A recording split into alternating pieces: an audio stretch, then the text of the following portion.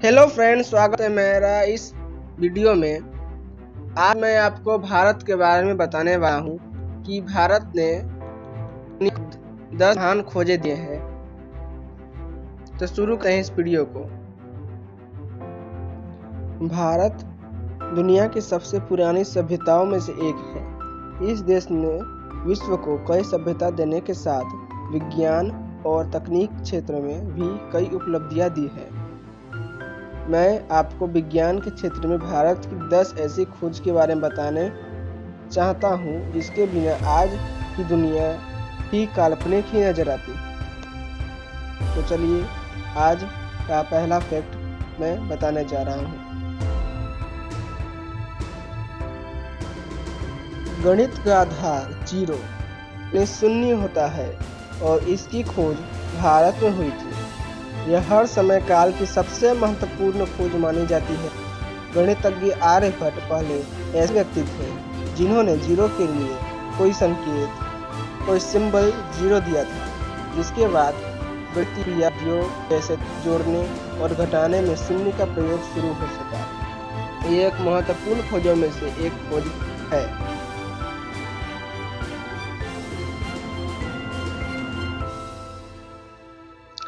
भारत ने विश्व को दशमलव प्रणाली भी दी। इस प्रणाली में प्रत्येक प्रतीक की एक स्थिति और एक निरपेक्ष मूल्य होता है।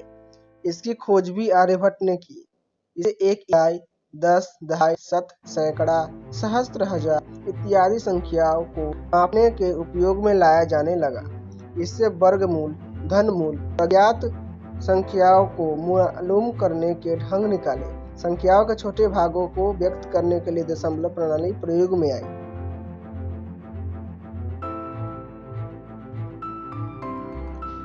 गणित के दुनिया में एक और बड़ी खोज भी भारत ने ही की। भारतीयों ने करीब 500 ईसा पूर्व 1 से लेकर 9 तक हर अंक के लिए अलग अलग प्रतीक खोजे, जिस बाद अरब लोगों ने अपनाया और इसे हिंद अंक नाम दिया। बाद में इस व्यवस्था को पश्चिमी दुनिया ने अपनाया और इसे अरबी अंक, अरबिक न्यूमरल्स नाम दिया, क्योंकि उनके पास यह व्यवस्था अरब व्यापारियों के माध्यम से पहुंची थी। अरबिक अंक व्यवस्था असल में भारतीय ही है।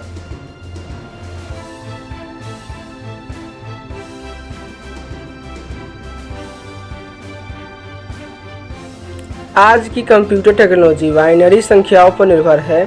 इसमें कंप्यूटर प्रोग्राम लिखे जाते हैं। बाइनरी में 2 अंक होते हैं, 1 और 0, जिनके संयोजनों को बिट और बाइट कहते हैं। बाइनरी व्यवस्था का पहला उल्लेख वैदिक विद्वान पिंगल की किताब चंद्रशास्त्र में मिलता है।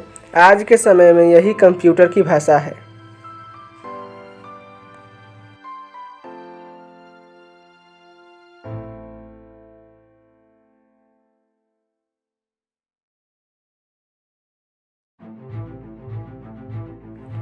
आधुनिक समय में जॉन डाल्टन को परमाणु का खोजकर्ता माना जाता है, लेकिन कहा जाता है कि प्राचीन भारत के प्रसिद्ध वैज्ञानिक कणाद ने पहले ही परमाणु थ्योरी बना ली थी। उन्होंने एक परमाणु की तरह अणु या छोटे अविनाशी कणों के अस्तित्व का अनुमान लगाया। उन्होंने यह भी कहा कि अणु में 2 अवस्थाएं हो सकती हैं, पूर्ण विश्राम की अवस्था और एक गति की अवस्था।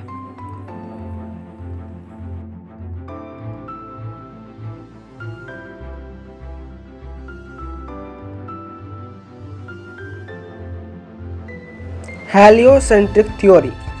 The heliocentric theory.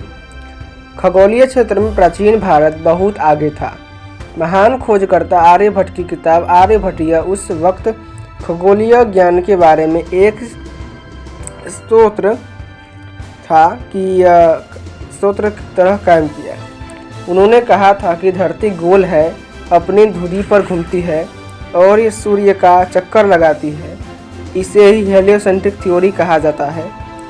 उन्होंने सौर मंडल, चंद्र ग्रहणों, दिन की अवधि और पृथ्वी का और चंद्रमा के बीच दूरी का भी अनुमान लगाया था।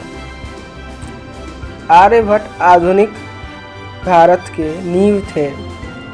वो एक महान वैज्ञानिक थे।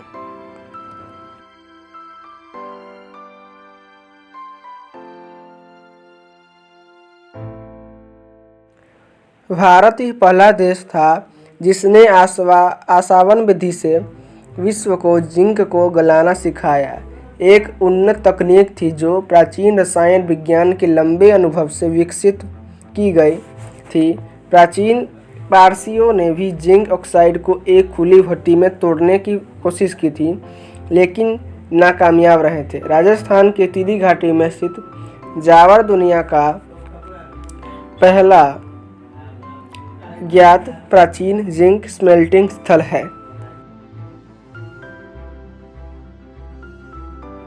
भारत में 6वीं शताब्दी ईसा पूर्व में लिखी गई सुश्रुत संहिता को प्राचीन सर्जरी में सबसे ज़्यादा स्पष्ट पुस्तक माना जाता है।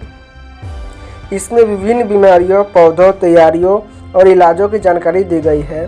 यहाँ तक कि इसमें प्लास्टिक सर्जरी की जटिल क्रियाओं का वर्णन भी किया गया है। नाक की सर्जरी, जिसे राइनोप्लास्टी कहते हैं, प्लास्टिक सर्जरी में सुश्रुत संहिता का जाना माना योगदान है।